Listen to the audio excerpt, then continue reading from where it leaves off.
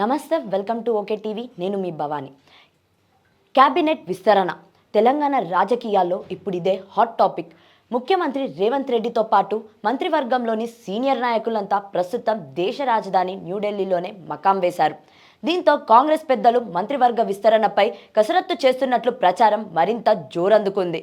ఈ క్రమంలోనే మంత్రులుగా వీరికి అవకాశం రావచ్చంటూ కొన్ని పేర్లు ప్రచారమవుతున్నాయి. తెలంగాణ ముఖ్యమంత్రి రేవంత్ రెడ్డి వద్ద home, Vidya, municipal administration and urban development, వాణిజ్య పన్నులు, జనరల్ అడ్మినిస్ట్రేషన్ వంటి శాఖలున్నాయి. వీటికి పూర్తిస్థాయి మంత్రులను కేటాయించే ప్రయత్నంలో కాంగ్రెస్ అధిష్టానం ఉన్నట్లు సమాచారం. అలాగే కొందరు మంత్రుల శాఖలను మార్చే అవకాశం ఉన్నట్లు తెలుస్తుంది. ముఖ్యంగా హోంశాఖ ఎవరికి ఇస్తారనేది ఆసక్తికరంగా మారింది. కీలకమైన ఈ శాఖపై పట్టుకోలిపోకుండా సీఎం రేవంత్ రెడ్డి జాగ్రత్త పడుతున్నట్లు తెలుస్తుంది. అందులో భాగంగానే తన సన్నిహితులకే ఈ పదవి దక్కేలా ఆయన పావులు కదుపుతున్నట్లు పొలిటికల్ టాక్. ఇదే నిజమైతే ఆయనకు అత్యంత సన్నిహితురాలైన సీతక్కకు ఈ పదవి దక్కవచ్చు. ఇప్పటికే ఆమె రేవంత్ రెడ్డి క్యాబినెట్లో ఉన్నారు కాబట్టి ప్రమోషన్ ఇచ్చి హోంమంత్రిని చేస్తారనేది టాక్. మరోవైపు కాంగ్రెస్ సీనియర్స్ సైతం హోంమంత్రి పదవిపై కన్నేశారు. కొమ్మటిరెడ్డి వెంకటరెడ్డి, పొంగులేటి శ్రీనివాసరెడ్డి వంటి వారు కూడా హోంమంత్రి పదవిని ఆశిస్తున్నారు.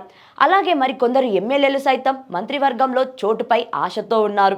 వారిలో ఎవరికైనా ఈ హోంమంత్రి పదవి దక్కినా ఆశ్చర్యపోవాల్సిన అవసరమే లేదు.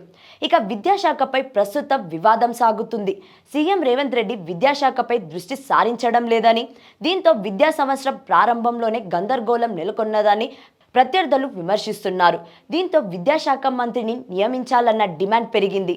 ఇలాంటి విమర్శలకు చెక్ పెట్టేందుకు విద్యాశాఖతో పాటు సీఎం వద్ద ఉన్న అన్ని శాఖల మంత్రులకు కేటాయించే అవకాశం ఉన్నట్లు ప్రచారం జరుగుతుంది.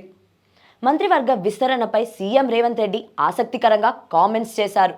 తెలంగాణ మంత్రివర్గ విస్తరణపై ఊహాగానాల నేపథ్యంలో ముఖ్యమంత్రి రేవంత్ రెడ్డి స్పందించారు. తెలంగాణలో ప్రస్తుతం ఏ మంత్రిత్వ శాఖ ఖాళీగా లేదు. అన్ని శాఖల్లోనూ మంత్రులున్నారు. హోం, విద్యాశాఖ బాధ్యతలు తాను చూసుకుంటున్నానని, ఇప్పటికైతే ఈ శాఖలకు ఫుల్ టైం మంత్రిని తానేనని రేవంత్ అన్నారు. ఇలా మంత్రివర్గాల్లో ఖాళీలు లేవంటేనే విస్తరణపై ఆసక్తికర కామెంట్స్ చేశారు సీఎం రేవంత్ రెడ్డి. గతంలో కేసీఆర్ మాదిరిగానే ఇతర పార్టీల నుండి చేరే వారికి మంత్రివర్గాల్లో పెద్దపీట వేయాలనేది రేవంత్ వ్యాఖ్యలను బట్టి తెలుస్తుంది. కాంగ్రెస్ బీఫామ్పై గెలుచుకున్న వారికే మంత్రివర్గ విస్తరణలో అవకాశం ఉందంటున్నారు. దీంతో ఇతర పార్టీల నుండి చేరిన పోచారం శ్రీనివాసరెడ్డి, కడియం శ్రీహరి, దానం నాగేందర్ వంటి పేర్లు కొత్త మంత్రుల లిస్టులో లేనట్లేనని స్పష్టమవుతుంది. ఇలా సీఎం రేవంత్ రెడ్డి వ్యాఖ్యలు మరింత సస్పెన్స్ ఏర్పడింది. అసలు మంత్రివర్గ విస్తరణ ఇప్పుడు ఉంటుందా? ఉంటే ఎవరికి అవకాశం దక్కుతుంది? రేవంత్ దగ్గరున్న హోం, విద్యాశాఖ ఎవరికి దక్కుతాయి అనే దానిపై ఆసక్తికర చర్చలు జరుగుతుంది.